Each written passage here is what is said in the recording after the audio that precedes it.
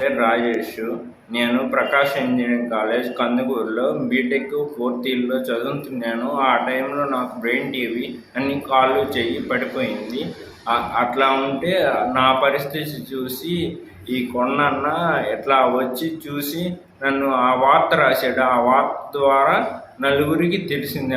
దాని ద్వారానే మా కాలేజీలో పిల్లకాయలు, ఫ్రెండ్స్, అందరికి సార్లు, కంజర్ల శ్రీకాంత్ కానీ ఇట్లా మా ఊర్లో కానీ ఇన్ని విధాలుగా అందరూ దాతలు వచ్చి ముందుకు వచ్చి హెల్ప్ చేశారు.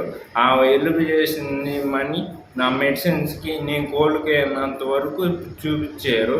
ఇప్పుడు నేను కోలుకొని చిన్న ఉద్యోగం చేసుకుంటున్నాను.